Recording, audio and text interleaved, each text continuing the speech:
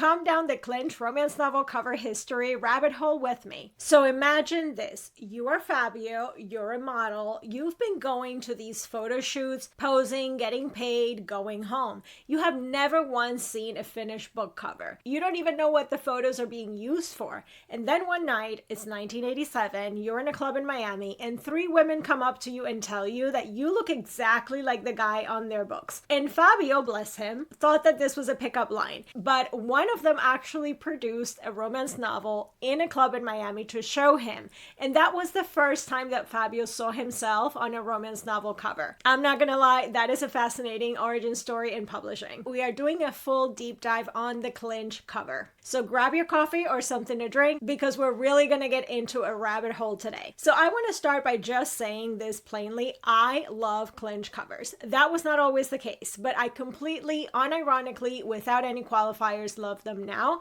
And I think that they deserve a serious conversation. Not as a punchline and not just as nostalgia either, but as something that actually tells us a lot about culture and publishing and what we allow women to want publicly. Because here's my thesis. The Clinch cover has always been a barometer, not just for what is trendy in publishing, but of how comfortable the world was with letting women's desire be visible. Bold, front and center, when women's desire was being affirmed, then it disappears into a step back or it gets swapped by flowers or a building.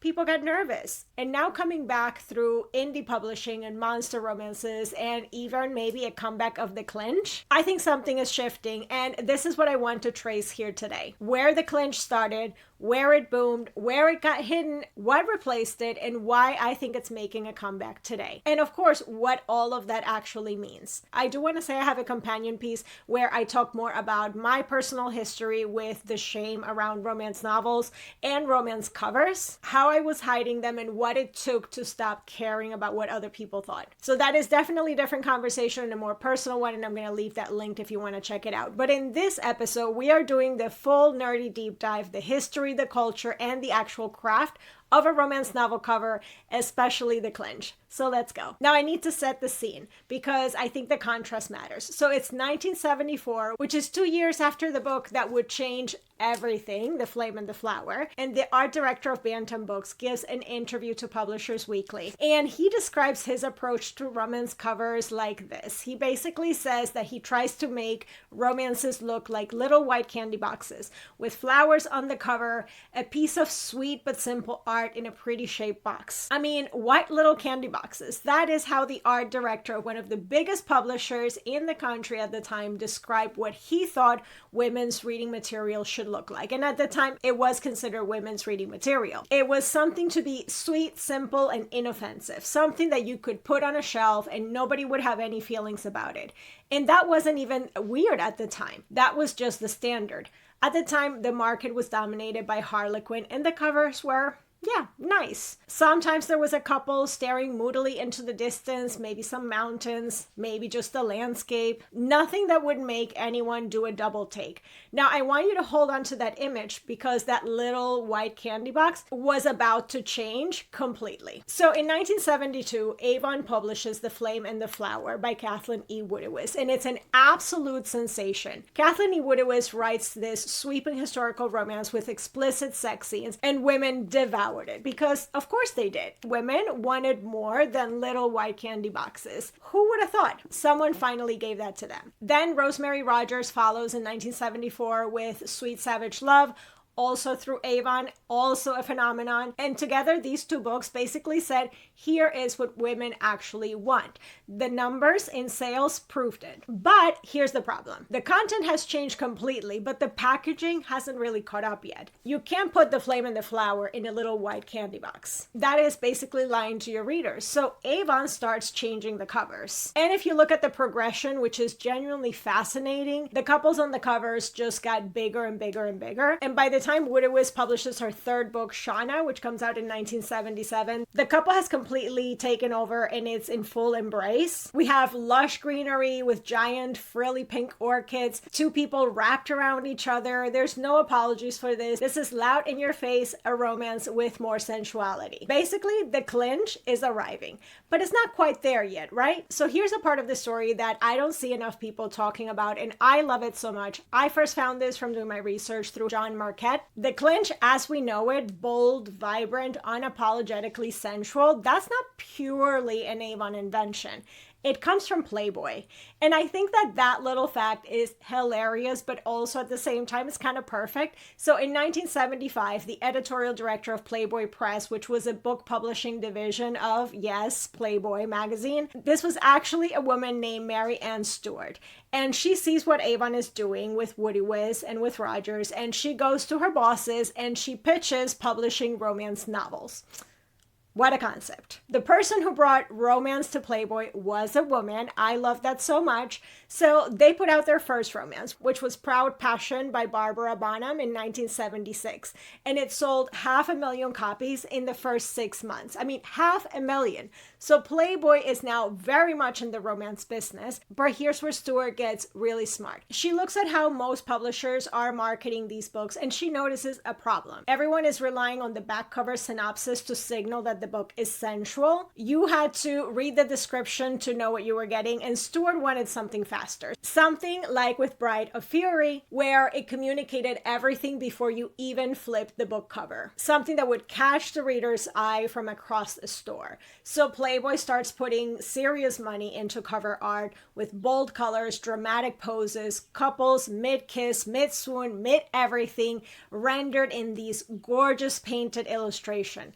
Artists like Elaine Duillo, who we're absolutely going to talk about in a minute, where the covers are actually saying, you know what kind of book this is. There's no synopsis required. And it really worked. By 1982, when Playboy Press sold to Berkeley, Playboy was publishing 15 historical romances a month.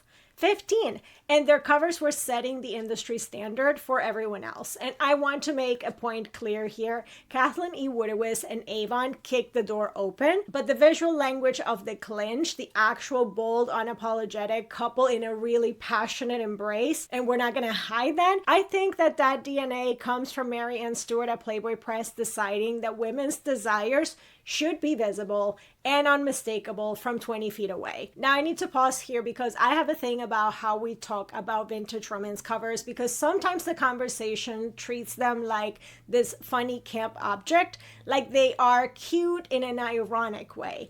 And I think that that completely erases the fact that these were made by genuinely talented artists who were doing something that was very specific and it really required a lot of skill. Names that maybe you know or maybe you don't and you need to, like Elaine Duillo and Robert McGinnis and Pino Dani. These weren't people dashing off quick sketches. These were serious working illustrators with real techniques and real craft. And when people mock the Clinch, and they love to mock the Clinch, they are mocking real art. The original Clinch covers were oil paintings. They were rendered by hand, by people who were genuinely, seriously skilled. They would start as a photo shoot, which had a whole team with design and costumes. Then an artist would come in and paint the cover. Elaine Duillo, for example, she painted hundreds of romance covers, and she had this whole philosophy about what they were doing. She gave an interview to People in 1989, and she was describing a finished cover,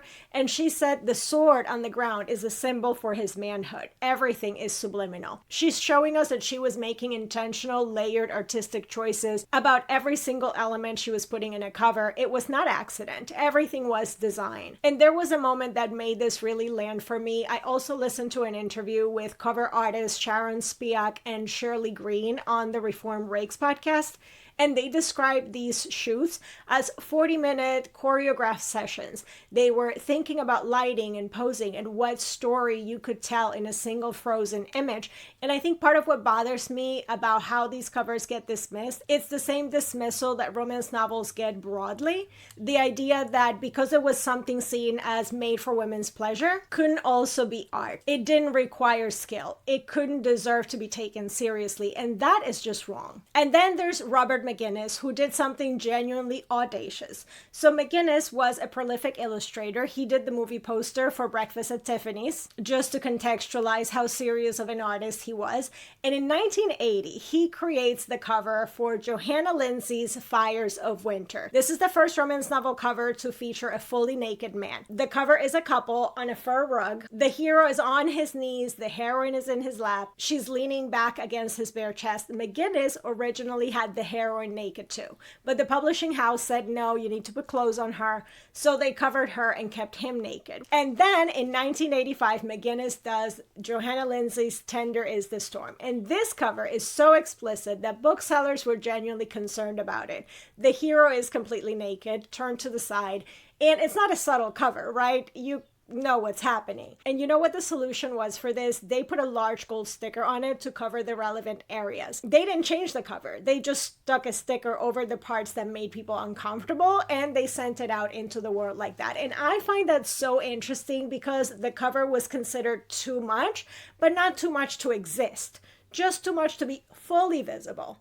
So they cover what they wanted, which honestly, it's a very on-the-nose metaphor for how the industry has always handled women's desire. But now we need to talk about Fabio, because I hinted at that at the beginning. Fabio Lanzoni is born in Milan, Italy in 1959, and he comes to America, walks into the Ford modeling agency without an appointment, and walks out 15 minutes later with a contract. He starts doing print ads, magazine work. He was on the cover of a Nintendo game, and he starts doing photography sessions for book covers. But here's the thing, he didn't know that his photos were becoming book covers. He'd go, do a shoot, and that was it. He never saw finished products. So it is 1987. He's in a club in Miami, which is where we started this episode, and 3 women tell him that he looks exactly like the guy on their books. Now, of course, he thinks this is a pickup line, and that's all, but they actually produce in this club the romance novel to prove it. And that's the first time that Fabio saw himself on a romance cover. The book was Johanna Lindsey's Hearts Aflame, painted by Elaine Duillo, and it hit number 3 in the New York Times bestseller list. From that point, Fabio was everywhere. All the major publishers wanted him. At his peak, he was doing 16 covers a day. By 1992, 5 years after Hearts Aflame, over 55 million covers featuring Fabio had been sold. 55 million. So then there's this Johnny Carson moment, which I think it's really worth talking about. In March of 1990, in The Tonight Show, Carson holds up a stack of romance novels for his audience and proceeds to flip through them one by one. He's presenting them as curiosities, something slightly ridiculous, things the ladies read. He gets to Savage Thunder by Johanna Lindsey, Fabio on the cover, and the audience starts hooting. Carson just goes, look at the cover on this baby. It's supposed to be fun, campy, look how outrageous these covers are, but I want to name what Carson was actually doing. He was presenting these books as a joke. He wasn't talking to the authors, he wasn't reviewing the writing, he was holding up the covers and going, look at this funny thing that women are reading. And I think about how many women watched that and felt maybe just a little bit more self-conscious about their books the next day. Not because anything about the books was wrong, but because someone with a massive platform had made fun of them. I don't think that Mockery necessarily worked on readers not loving the books, but I think it especially worked on the industry. And I think that we'll see what happens because of that. So this is the part that gets me a little wound up. As the Clinch covers got bolder, and as you get the naked heroes and the audacious poses, the publishing industry invents something called the stepback. And if you don't know what a stepback is, it's an interior page. The outside cover of the book might just have maybe the author's name really big, or a tasteful image, something that doesn't immediately announce what kind of book it is. But when you open it, right inside the front cover, there's a full color, full size, completely unambiguous Clinch. The whole thing is gorgeous. It's just hidden inside. Readers actually love this. I love these. You would open your book and there's this beautiful painted illustration waiting for you inside. And there is something actually kind of lovely about that as a reader experience. I love it. But I want to talk about what this says structurally for the industry, because I think that that's important. In my opinion, publishers created a product specifically designed so that the most expressive, passionate, and unapologetic cover art was tucked away on the inside. The face you showed to the world was one thing, and what you actually got to enjoy was another. And in a way, it's like they built the apology into the product. And I want to be really clear, I'm not saying that readers who love the step back were wrong. Again, I love the step back. Readers loved them because they were beautiful. I'm just saying that I think the industry invented them because someone decided that the outside of the book needed to be more socially acceptable. Not for the readers, but for everyone else who's seeing it. It was basically the industry deciding that women's desire needed to be more concealable. And I think that that deserves a spot in the conversation. So the step back is kind of the early warning sign of something bigger, because through the 90s, the clinch starts to genuinely disappear from the outside of books. It happens in changes. First, it starts to get replaced by photography instead of paintings, which I'm not anti-photo cover. Some of them are genuinely beautiful, but there is something that shifts when you go from a painted illustration to photography. The painting was explicitly a fantasy, it's intentional, and it can be exactly how you want. A photograph is more real. And somehow I think that that realness also made publishers maybe a little bit more cautious instead of less, and the covers started to retreat further. For example, authors' names got really huge. They would take up a third of the cover. And in place of the couple, you would have flowers, landscapes, objects, a lace handkerchief, a bouquet of tulips, a country manor with a carriage. You can watch this happen in real time. For example, if you look at Johanna Lindsey's covers across the early 90s. In 1991, in Once Upon a Princess, we have big cursive pink font with a tiny white flower. In 1992, we have Amanda Quick's Ravish with a pale pink background and a handkerchief. In 1994, Lisa Kleypas' Dreaming of You with a country manor. These are romance novels, but there is no romance on the cover. And I think about whose comfort that was for, because it was not for the readers. The readers knew exactly what they were getting. It was for everyone else. The coworker who might see it on your desk, the person next to you on the subway. It was a cover designed to be unobtrusive, invisible if possible to others. And romance readers were being asked by society to take up less space. And in some ways, it makes me think that the industry, which had spent 20 years building something bold and unapologetic, took a step back because the mockery worked. Not on the readers, but on the publishers. Now, after the flowers and the landscapes comes the man chest era, and I definitely have thoughts. The man chest cover is exactly what it sounds like. It's a cover where it's mostly just a torso, no head, just abs, no face. Not always, sometimes there is a face, but generally you don't get to see what they look like. And for the most part, that was intentional. And listen, I get that abs are nice, objectively. I'm not going to pretend otherwise. I also love these covers. I'm not of the group of people that feels like, ooh, cringe right now. But there is something that is genuinely strange about going from two people in a passionate embrace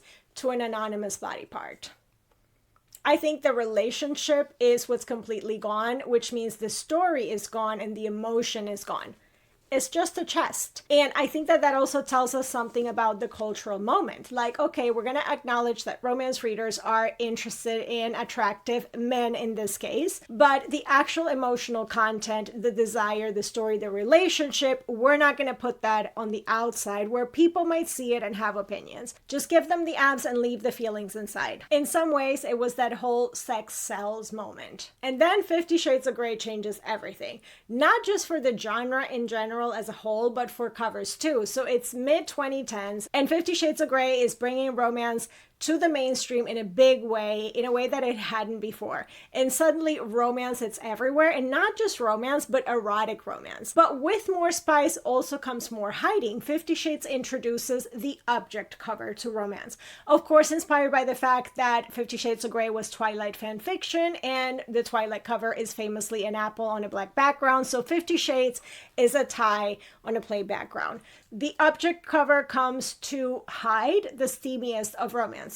They're acceptable now to carry in public because they don't immediately depict sex or romance, and it's a cover shift again that matches this new acceptability. I saw this happen in real time. The goal becomes making books look like something anyone can pick up. After that, the next big wave in covers is the illustrated covers.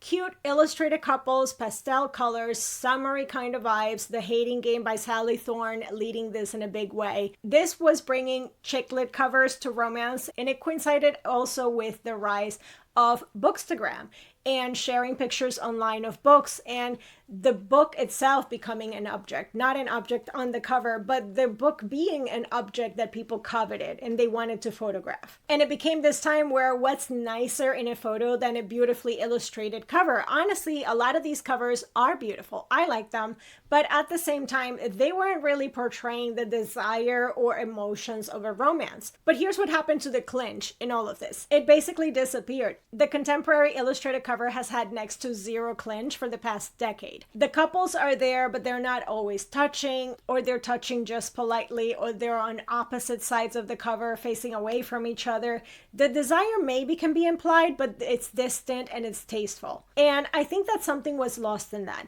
The thing that was lost is exactly what made the Clinch interesting. It was the unapologetic visibility of desire. Right there on the cover for everyone to see. But here's the part that gets me actually genuinely happy. I think the Clinch is making a comeback, and it's making a modern comeback. The way it's coming back, I find that it's interesting, so I'm gonna share my theory with you. I think it started in indie publishing, and specifically, it started in monster romance. Now, monster romance, for anyone who needs the definition, is romance with non-human heroes, blue-skinned aliens with horns, demons, orcs, tentacles, every creature that your imagination can come up with. It's a massive genre with a widely devoted readership, and covers have absolutely zero interest in being discreet, and they're unapologetically romantic while also showing the monsters. I mean, how would you even do a tasteful minimalist cover for Ice Planet Barbarians? You can't. You put the characters on the cover together, clearly in each other's space, and you commit to that fully. And readers love that. Not just casually love that, but people really started hunting these down, specifically for the cover art, because you can't tell me they're not memorable. They are a thing to display, something that readers were actively proud of, and that they wanted on their shelves and on their social media feeds. The thing that traditional publishing had been trying to make more hidden, more discreet, more acceptable for 20 years, readers in this corner of the genre were celebrating it loudly. And now, and this is where I think it gets really exciting, is that I am seeing that energy starting to bleed back into contemporary illustrated covers. No more of the necessarily flat, non-clinch illustrations. Obviously, not the full oil-painted dramatic clinch of the 80s, but illustrated covers that are incorporating more closeness, more contact, more of the story of a relationship between two people who very much want each other. It's almost like the illustrated aesthetic of contemporaries has looked at what monster romance did and started asking, what if we did that too? And I'm personally excited to see that in how the illustrations for contemporary romances are going these days. It's like they are bringing, in a way, a modern clinch energy back. And I think that's worth celebrating because it's bringing the essence of the romances to the forefront. Okay, but I've also been building to this for this whole episode, and I want to say this clearly. The Clinch is a barometer. It has always been a barometer.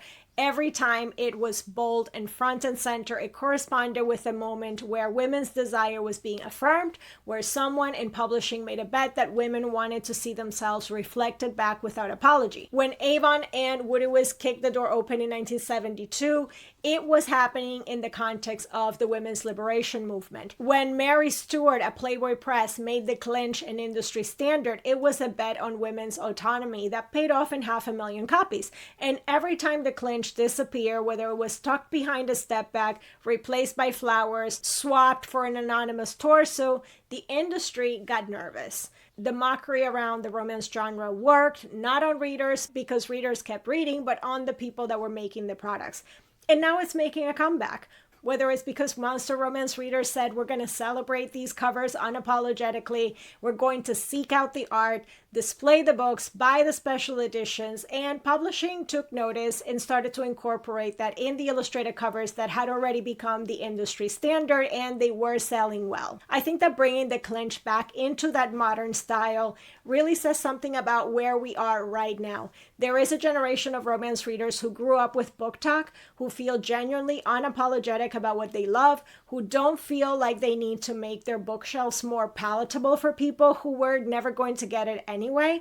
And that is the energy that has always made romance powerful. The readers who just said unapologetically, this is what I love. Now, one more thing that I do want to say, and I don't want to gloss over it, is the fact that the history of the Clinch is also a story of whose desire got to be visible. Because that has never been simple and it has never been fair. In 1974, the same year that Avon puts out Sweet Savage Love, they also published Loving Her by Anne Shockley, a Black lesbian romance. 2 women on the cover, close, tender, soft. It's not a clinch. It's the same pre-clinch intimacy style that Woody West was working in, but the tagline is right there on the front cover with zero apology. A Black woman's discovery of love and awareness in the arms of another woman.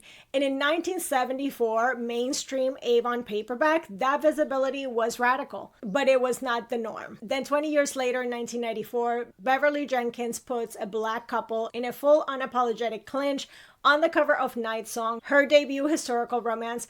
40 years after the genre began building this visual language of clinch and desire and emotions and romance, this was rare. This was still radical at the time. 2 decades apart from where they had published a Black lesbian romance. The question of whose love story gets to be bold, front and center, with a cover, or even gets published, whether it's with a full clinch, with a step back, it's still an ongoing conversation because it is still not equal. And I think that that definitely matters just as much as everything else we've talked about today. It's also worth saying that The Ripped Bodice, which is an all-romance bookstore, has been tracking racial diversity in romance publishing since 2016, and what they have found is quite complicated. Publishers made big promises in 2020, the numbers went up, and then they came back down. So the question of whose desire gets to be published, gets to be on the cover, visible, celebrated, and unapologetic is still being asked.